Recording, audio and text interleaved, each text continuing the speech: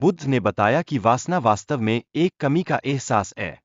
यह वह भावना है जो हमें किसी चीज की आवश्यकता का अनुभव कराती है। यह जीवन में एक स्वाभाविक तत्व है जो हमारी प्रेरणा का स्रोत बनता है। क्या आपने कभी सोचा है कि यह भावना कितनी महत्वपूर्ण है? हालांकि बुद्ध ने कहा कि लोग वासना को गलत समझते हैं। वे इसे एक दबी हुई भावना मानते हैं।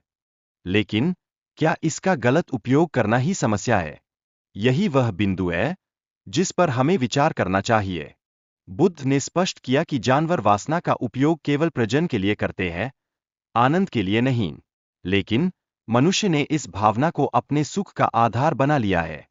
क्या यह संतोषजनक है या फिर इसके पीछे कुछ और भी है?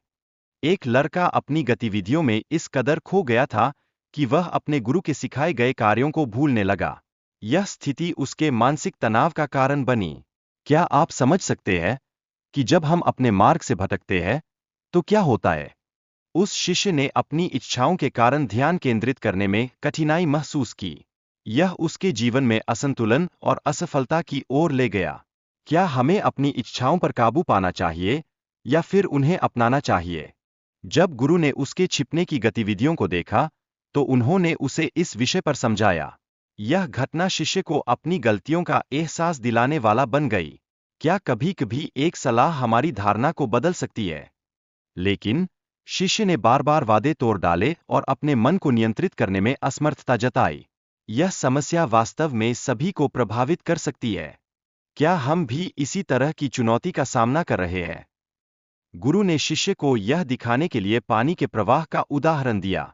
उन्होंने बताया कि प्रयासों का सही दिशा में होना कितना महत्वपूर्ण है। गलत दिशा में किए गए प्रयास हमेशा विफल होते हैं। क्या हम अपने प्रयासों को सही दिशा में लगाने की कला सीख सकते हैं?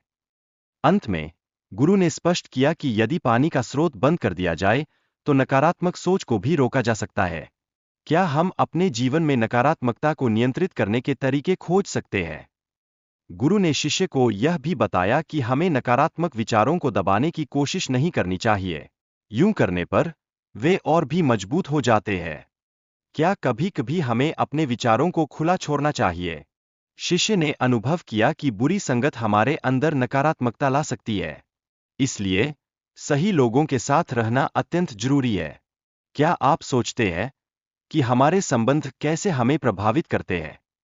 गौतम बुद्ध ने यह भी बताया कि जब गंदे विचार आएं, तो गिल्ट महसूस करने की बजाय संतुलन बनाए रखना चाहिए। यह मानव अनुभव का एक हिस्सा है। क्या आपने कभी इस संतुलन को बनाए रखने की कोशिश की है?